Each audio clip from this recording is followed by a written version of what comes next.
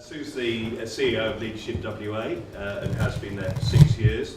For those of you that don't know Leadership WA, it's a fantastic programme, experiential programme over 9 months in a year that takes you through a journey as to the issues in Western Australia. You meet some fantastic people both as part of the leadership programme, but also you get to hear some of the top speakers in WA. You go out on road trips up north to the Pilbara, out to the wheat belt, and so for those that has anyone else been on the Leadership WA course? Just Ian here. Absolutely fabulous. So I mean, I can't commend it enough. It's one of the best things I ever did, and I know we've got a leadership program now, but maybe I think you'll probably be seeing some of the people on from this leadership program coming through onto Leadership WA. So with that, I'll hand over to Sue, who's going to speak about Innovation Champions. Thank you. I can breathe now. James is my buddy and knows more about me than he actually explained. So I was nervous that he was going to reveal some of the 2J secrets. But I did sit on his balcony and spent 7 years doing a doctorate in innovation and leadership, which was makes me a complete nerd, I think, but I did survive. So I'm delighted to be here today. I've got half an hour with you to do a little exercise and have a little chat, and I'm hoping it's going to be very interactive and you're going to talk to me. The worst thing that could happen is after half an hour I walk out and no one's actually said anything. So, but first I want to commend Alicia and all the project team. This is a really important project to be on, and I must declare up front that I was on the panel. I've been on the panel, the Social Grants Innovation panel for the Premier for I think 2 years now, and in that time I can't describe how many big, wads of grant applications I've been through, and sometimes I'll be sitting there much late into the night writing through, and I remember this one come up, I still remember it, and I'm going in my lounge room at some hour of the morning going, yes, we've got one, we've got a good one. And the biggest problem with some of these grants is they weren't innovative. They were really good ideas and they had a high social impact, but they weren't innovative. So this one, scored big time on me. And then, of course, back into the panel to discuss it, in terms of what other panel members thought. So I feel like, the baby was sort of, I've seen it right from the beginning. I have, my husband and I were thinking about this last night. I've been over 20 years on a board, so the reason I tell you that is not to brag, because I've been on lots of different boards, and some of them I've enjoyed and some of them I've absolutely detested and got off them mighty quickly. One of my favourite ones was the aged care board that I sat on for 6 years, which was Amana Living. And I just remember that board so fondly in terms of the contribution I could make to aged care, but also what I learnt over that time working with some amazing people. But the reason my husband and I were laughing is I started on a board at the same age as my daughter is now, and we look at my daughter and she's a very capable human being, my oldest daughter, but to think that she could be on a board had us laughing a little bit. And then I thought of the nature of this project and thought, well, what does that say about me going to stand in front of you today and say I advocate for diversity on boards, and yet I'm a bit nervous that I could think my daughter would be on a board, and she's very capable, she's a wonderful human being. So I am the biggest advocate for diversity, but there's a qualifier for me, and that's not only age diversity, but gender and all sorts of diversity, background and whatever. But there's a self-responsibility we all have to educate ourselves to know what we're doing. So I was talking this morning with Justine and Patrick and saying, I wish when I thought back here, when I first went on my first board, it was a school board, and it was my children's school at the time. And now when I reflect on that, I realise how much I did not know. And it actually scares me what I know now in my, sort of middle age. I am wiser than I've ever been in my life, and that's because I've made myself wise. I've educated myself, I've exposed myself to situations, I've had lots of experience on boards and as an executive. I'm wiser now than I've ever been, and I wish I was that wise back then. The reason I wish I was wise is because I wonder what I'd missed. I wonder how I could have contributed better. I wonder legally how I'd put myself in probably some situations that are not a good idea. So that's the sort of writer I want to say is I am an absolute advocate for diversity on boards, but we need to all know what we're doing. Because collectively, when we sit around a board, we're all responsible for the decisions we make collectively. It's not as though you can opt out. It's not as though you can say, we'll all make a decision, but you, the young person, don't need to be a part of this. We're collectively, legally responsible for the decisions we make. And that's the scary bit for me. And that's why I think this is a valuable thing to do. When I sit on boards, one of the things I ask myself every single time I go to a board meeting, and then I reflect regularly, is what am I adding value? How am I adding value to this board? And it was a question that one of the very big directors around town, who's had bucket more experience than probably all of us collectively, said it is the one thing he does after he walks out of every board meeting is to say, how did I add value today? It's a self-reflective exercise. It's about sort of evaluating what contribution you're making. So I wonder just collectively, and sorry, in my many other lives, I do a lot of things. One of the things I do is facilitate for the Australian Institute of Company Directors. And one of the things we start by doing is saying we all have different roles on different boards, but collectively we have a number of roles that we need to understand. And so in my head, I've got 7 roles that every board has to do, and some of you will remember the 7. So can we just have collectively, when you sit on a board, what role do you play? What is it you're doing on there?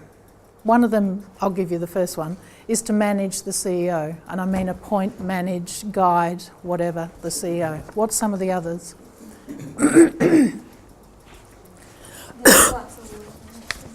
Thanks.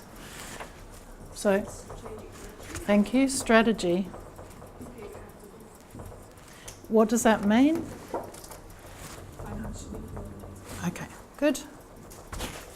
You're accountable for the financial performance of the organisation.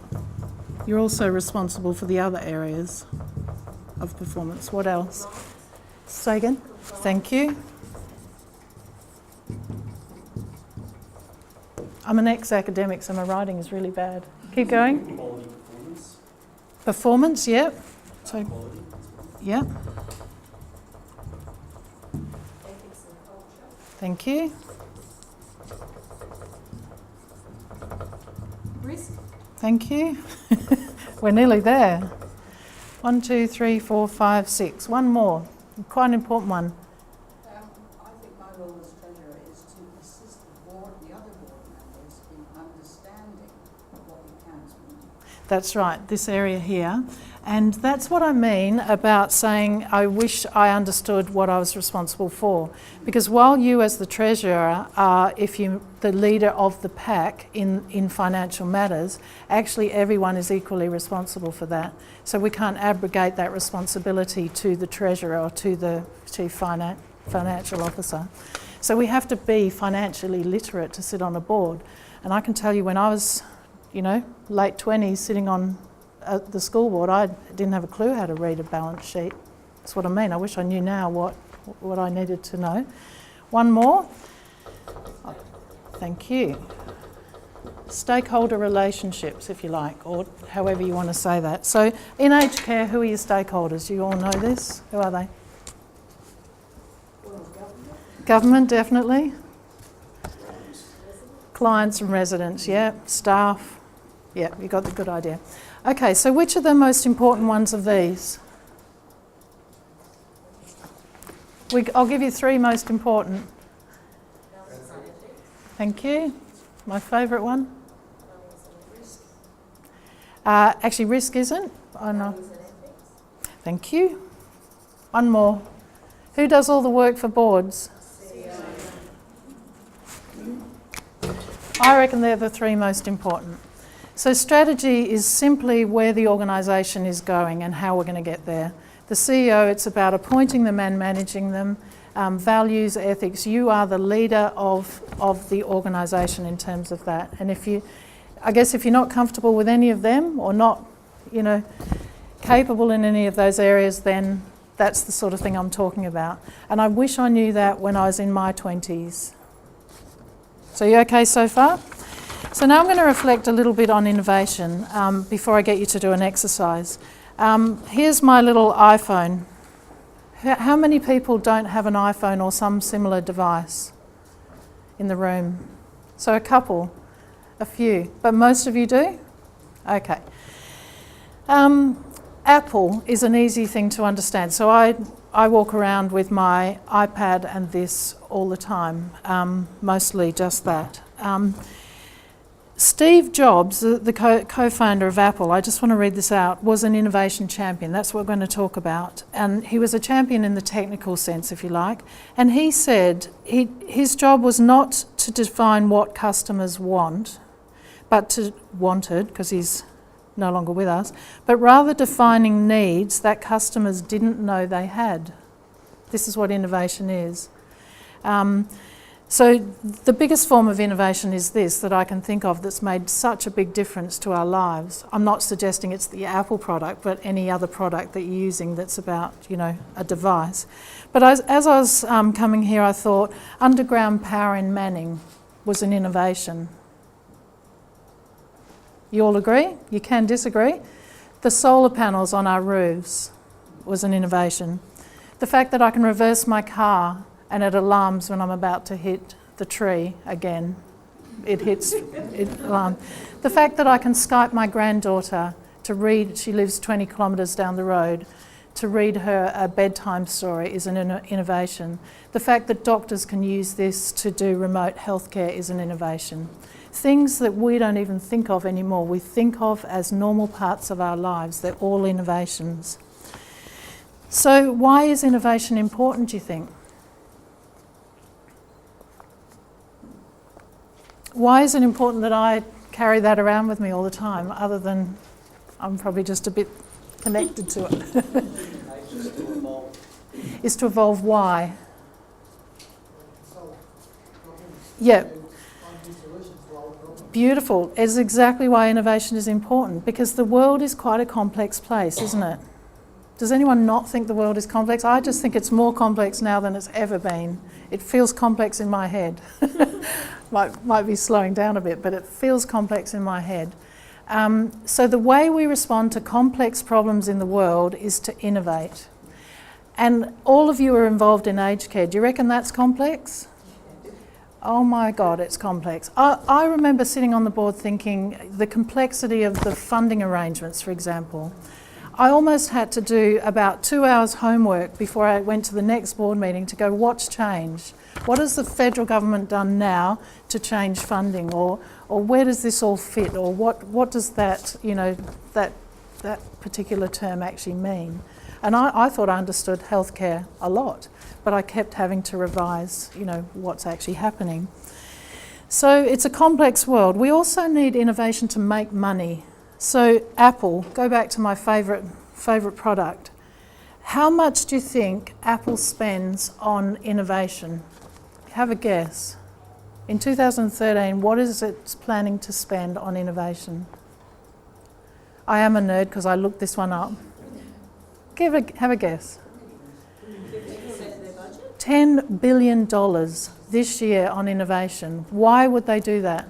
$10 billion. Wouldn't you like to play that amount of money? Why did they do it? Gives them tax breaks. It does too in the US. Keeps them ahead of the game. They're a commercial organisation. They want to make money. So how many iPhones do they sell a year? God knows, but it's a lot, isn't it? So they spend $10 billion knowing that they're going to make many billion more. They don't spend it because they want to have a good time. Did you look up how much they spend on marketing? Probably lots.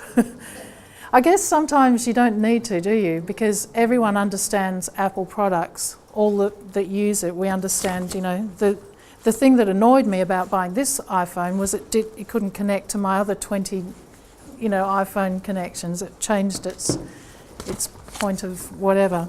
So we're going to do a quick exercise, if we can, about innovation champions. So you are a very large board. I won't get you to do it individually because we're going to try group map out. Don't know how this is going to go, but we're going to give it our best shot. Thanks, Alicia.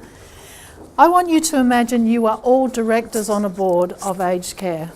So that's easy for the majority of you.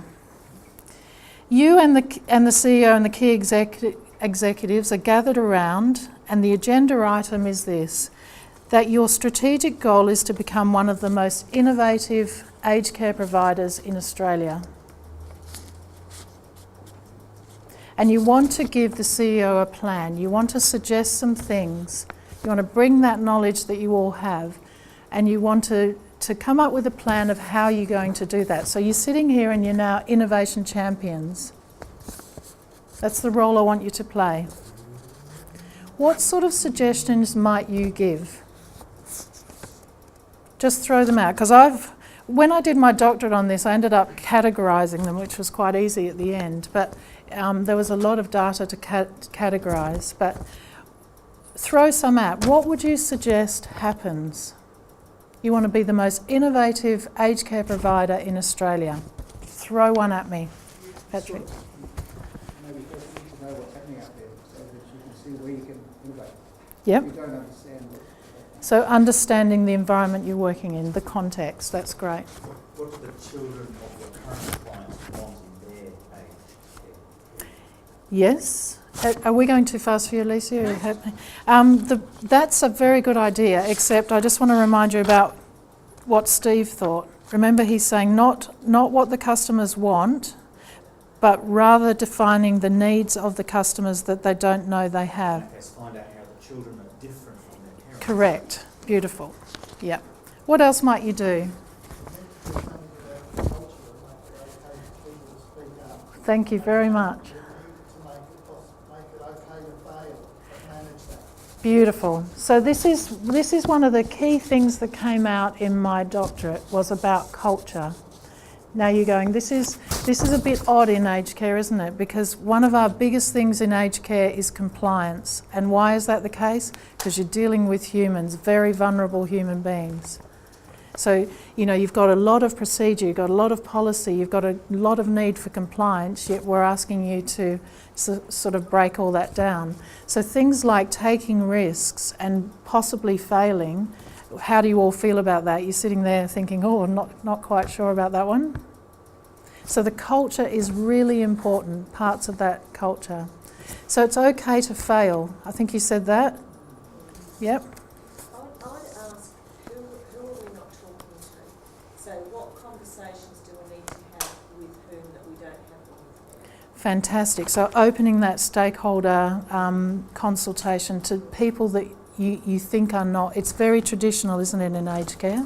We talk to the patients, clients, customers, their families. We talk to government who give money or other people who give money. But widening that is a very good idea. So the idea about the children, or even the grandchildren of the... and this is where this project, again, is really important, because you're getting the views of people who are not traditional. I'm telling you, the majority of aged care boards that I see are full of people like me, my age and older. We all know that, don't we? You need to identify skill gaps.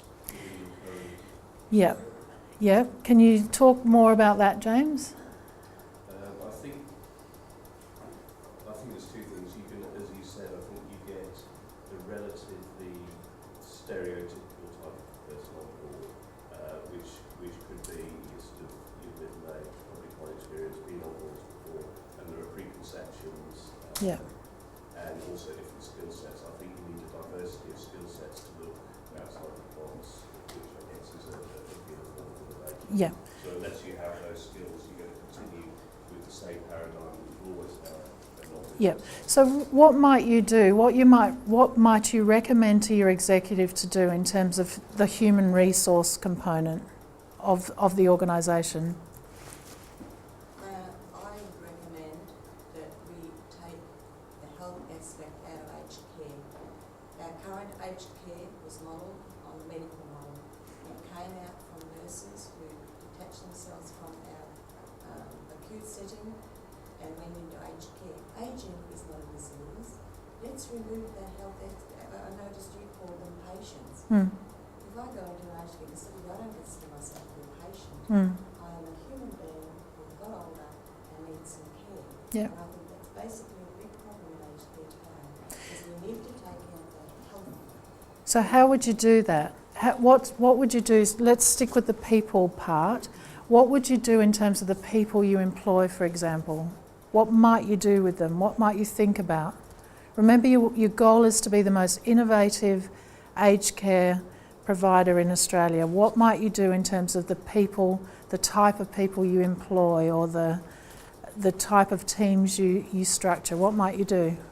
They don't necessarily need to come from the aged care sector. Thank you. So looking at people from different backgrounds, attracting people to come and work. Then you've got them through the door. What are you going to do with them then? Let them loose. Beautiful. Give them time, give them the permission, give them the, if you like, the kudos for thinking innovatively. And isn't that so foreign to the way we provide aged care? Because what do? We go into tasks, don't we? And they're busy tasks too.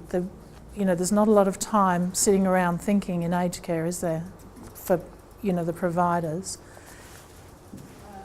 My mother recently went into aged care, 93 years old, and all of a sudden, from running a household, making beds, cooking, all the rest of it, she then arrived in a single bed and was given flower arrangement to do. It was completely foreign to anything she had known, so I would like to see some real work. If they're capable of dusting, give them the duster. If they're capable of making the bed, let them make the bed.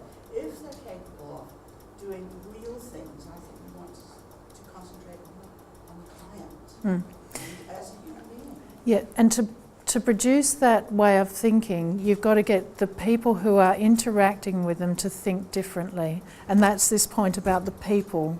So we've talked about the culture, we've talked about the sort of people. We're going to give people time, we're going to give people resources, we're going to give them permission to fail and to experiment. What are we going to do when something happens well? So something is produced in an innovative way. What are we going to do?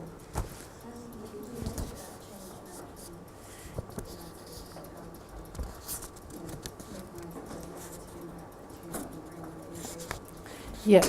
So we're going to teach people how to cope with change, aren't we? It's part of that culture. So we're going to allow risk, but we're also going to celebrate. We're also going to celebrate some successes, as well as allow people to fail. We're going to celebrate success. Now, just a caution about change. Innovation is not necessarily change. If you look at a continuum, innovation is change, but it's more than that. So on a continuum, developmental change is down this end, innovation is up here. It's new ideas about products, services, but also implementing them into practice. So it's not just, small changes, it's actually, widespread sort of big ideas. What else might you do? We've got some great ideas up on that. Celebration, I think, is really important. Celebration about what is actually happening, and hopefully sharing, not just celebrating within. What is making it, our goal was to become the most innovative aged care provider in Australia. What does that suggest? There might be other things going on worldwide that people need to look at. And how are you going to find that out? You're going to sell the IP from your first product that you've made to a less fortunate aged care providers, and I'm the CEO to run some 3-month international research. We're on a roll now. So you... Collaboration. Yeah. To go together. Yeah. I'm coming back to that one. Yeah. She sat on the balcony in 2J2 for many hours. It's a really important point, and that's why I congratulate what's happening here, is because it's a collaborative innovation thing happening, and that by definition is almost like an oxymoron. Do you know what I mean? Because why does Apple spend $10 billion? Because it wants to do better than, who's got the other one? Samsung. It spends 10 billion. What does Samsung? I didn't have time to look that one up, but do you know what I mean? It's and this one is about innovative aged care provision. Means you're doing that in a collaborative way, and I think it's a very good thing. So taking 2 CEOs is probably a very good idea. Or better still, what might you suggest there? 3 CEOs. No. Your staff. Thank you. Yeah. And your client. Yeah. Because what are we as CEOs trained to do? What, you know, we've all got degrees, and some of us have got these stupid things called doctorates. What did that teach us to do? To be competent, to make decisions, to do all these things that we know how to do. Sometimes we're not the best person in the room to produce the innovation, but we are the best person to produce the culture that, you know, that allows this to happen, to allocate time to people to think innovatively. In fact, I'd argue we aren't the right people to do that. It's the staff we've recruited, it's the one we've found that thinks differently to others, the one that hasn't come from an aged care provider background. You know, our job is to give them permission to come up with ideas. What else do you think? You've really done well there, because I'm just looking at the... I just want to talk about risk, but we'll come back to that.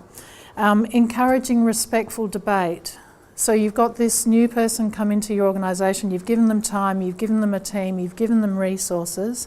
Are they allowed to then debate with traditional healthcare providers? Are you encouraging that respectful debate? So, have we asked what the actual customers, the residents want? That's what you're providing the team to do, really. That's really the crux of it. And your worldwide tour and your this, that and the other, that's what you're saying. Bring some ideas, but then think differently about those ideas as well. So again, it's not just change, it's actually thinking the next step. So what does that mean for our context? What does that mean for our changing environment? Yep, so it's all those things. Remember when we talked about the roles of the board, one of them was risk? Now this is where innovation becomes slightly difficult, if you like, for people like you and I who are saying yes to it, is our job is to manage risk, and yet innovation is a risky business. And it's a dilemma that the board and the CEO need to deal with. But it's risk management, not risk aversion. Definitely. The biggest risk is taking no risk. Yeah, I agree. That's very true. Very true. Okay, you've now got a group map. So how did we go with our group map? Sorry, we had some other... Yeah, I think, did you want to... Yeah, I was just saying, if you want your organisation, if innovation is your goal, you've got to deal with advocacy, having an audible voice, whenever you're a decision maker, it's that kind of space. Yeah. Otherwise, you know, a lot of your innovations simply aren't getting traction. You might succeed, but you've lost money. So is that failure? It's interesting that you might have lost money and failed, and we're going to celebrate the failure as well, but that might have led you to you know, the next step, if you like. Yeah. And remember, sometimes in aged care, you're not trying to make money, you're trying to do your service better. So it's always a bit of a, it's not like Apple where they spend 10 billion to make, you know, probably 100 billion. So can I also just add, in terms of the risk side of things, a lot of the companies that I work with focus less on the rules and regulations and more on if something meets our values. So, you know, if anything innovative that you're doing, if that still comes back to what our core values are, then, you know, generally it shouldn't be too risky. That's a beautiful point, and if we can try and capture that some way. Remember I said the CEO, the appointment of the CEO, strategy and values are your most important role as the, it's almost the not negotiable. Well, it is the not negotiable. Any experienced executive in the room will tell you that that is what we are held accountable to by our boards for having the values of the organisation forefront, not negotiable. Yeah, and especially in aged care. Yeah. So I think one of the biggest challenges in aged care is almost a social paradigm shift that's needed out in the social consciousness of the consumer, because I've been in aged care for 20 years and the focus has always been that aged care should be provided by the government. The Living Longer, Living Better program coming in is certainly trying to change that consciousness around. Yeah. But I think that's one of the biggest challenges for us as providers, that awareness of the consumer, that there should be a level of responsibility in terms of their own costs for their own needs. Yeah. I actually think we, the middle-aged, are mostly responsible for that way of thinking. I would challenge us that maybe the younger people have a better sense of self-responsibility about that. And again, that's the changing paradigm, isn't it, that's moving through, that they don't believe the government is going to provide for them. In fact, they're told early on that it's not. And it's our job to start thinking differently about that too. It's a very good point. Very good. So one of the things that comes up for me is about an innovation. It's about there's a common sense around something, like, it's common sense that we provide care for the aged or whatever. And for me, with innovation, it's really challenging what is seen as the common sense and flipping it on its head. So it's, a bit like what you were saying. It's like there's an expectation of something and we think that that's good common sense. But innovation is saying, let's look at that common sense and say, I don't think that is. Or how do we challenge that or think differently? Yeah. And I think it's caught in that, but it is that whole thing about thinking in a different way, or not, or something is and questioning why it is. Yeah. A bit like what you're saying about Apple, Yeah. Before these were there, people were questioning, well, why wouldn't we do that? Yeah. We'd never use one of those devices, would we? And now it's just second nature. Everything in our efficiency, is gathered in that machine. I also think it's about the role of the board and the CEO, or the executive team, if you like, to influence, to keep reminding ourselves about that and influence outwards. I think that's one of our key roles as well. Okay, I'm aware that this time's up. Is that right, Alicia? So any final comments or any questions or comments to each other? Probably covered this, but it seems to me that one of the roles of a chairman or a CEO is to encourage key people in the organisation to meet and go out and actually acquire ideas that may or may not then survive internal testing. But unless people go out and find these things, you're all stuck. I agree. Couldn't agree more, and it's captured there in the culture. You've got to create a culture where that's okay. You've got to give permission, you've got to give time. It's all those factors. I shouldn't say this in front of my CEO because she already... Lots of copies out there. I think it's an important point, ma'am, without embarrassing Nikki. It's important that the board value that in the CEO, not see it as, where is she now or where is he now. It's a really important role as a CEO, and you would hold yourself accountable for that, I imagine, but also need to hold your executives. It's that stakeholder relationship stuff that is so important. She is the face, the CEO face of this organisation, of your organisation. So it's about, celebrating that and rewarding her for doing that good job. Does that make some sense today, what we've done? Little exercise, thinking differently. And we have used Group Map. And people can get onto it by Rainbow Space Kitten, and I think a few people have already got onto it. So in case you want to add to that during the rest of today. I presume it will be up for a while. Yep. Yeah, so I would encourage you to think about that over, today, and also keep adding to that. So let's have that as our starting point for thinking about innovative healthcare, innovative aged care. So thank you for having me, and keep up the great work.